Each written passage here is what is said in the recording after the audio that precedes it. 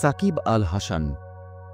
সাকিব আল হাসান বাংলাদেশের ক্রিকেট ইতিহাসের সর্বশ্রেষ্ঠ খেলোয়াড় হিসেবে পরিচিত।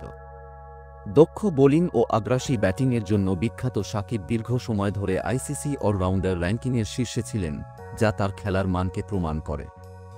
2008 সালে নিউজিল্যান্ডের বিপক্ষে 71 রান ও 7 উইকেট নিয়ে সাকিব আন্তর্জাতিক অঙ্গনে নিজের প্রতিভার প্রমাণ দেন। 2009 সালে প্রথমবারের মতো অধিনায়ক হিসেবে ওয়েস্ট ইন্ডিজের বিপক্ষে সিরিজ জিতিয়ে বাংলাদেশের প্রথম বিদেশি সিরিজ জয়ের নেতৃত্ব দেন। 2010 সালে নিউজিল্যান্ডের বিপক্ষে তার প্রথম টেস্ট সেঞ্চুরিও তাকে অনন্য উচ্চতায় পৌঁছে দেয়।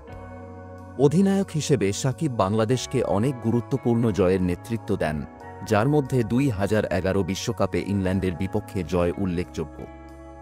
যদিও অধিনায়কত্বে ওঠানামা ছিল, তিনি 2018 ও 2023 সালে আবার নেতৃত্বে ফিরে আসেন। 2023 বিশ্বকাপে দল প্রত্যাশা পূরণ করতে না পারলেও সাকিবের ব্যক্তিগত পারফরম্যান্স সবসময় ছিল উজ্জ্বল। ফ্র্যাঞ্চাইজি ক্রিকেটেও সাকিবের অবদান অসামান্য। কলকাতা নাইট রাইডার্সের হয়ে আইপিএলে 2টি শিরোপা জয় এবং বাংলাদেশ প্রিমিয়ার লিগে সর্বোচ্চ উইকেট শিকারী হওয়ার কৃতিত্ব তার। এছাড়া ক্যারিবিয়ান প্রিমিয়ার লিগেও তিনি ধারাবাহিকভাবে সেরা বোলারদের তালিকায় ছিলেন। তবে 2019 সালে দুর্নীতির প্রস্তাব না জানানোর জন্য 1 বছরের নিষেধাজ্ঞার মুখোমুখি হন সাকিব। তবুও তিনি শক্তিশালী প্রত্যাবর্তন করেন এবং রেকর্ড ভাঙতে থাকেন।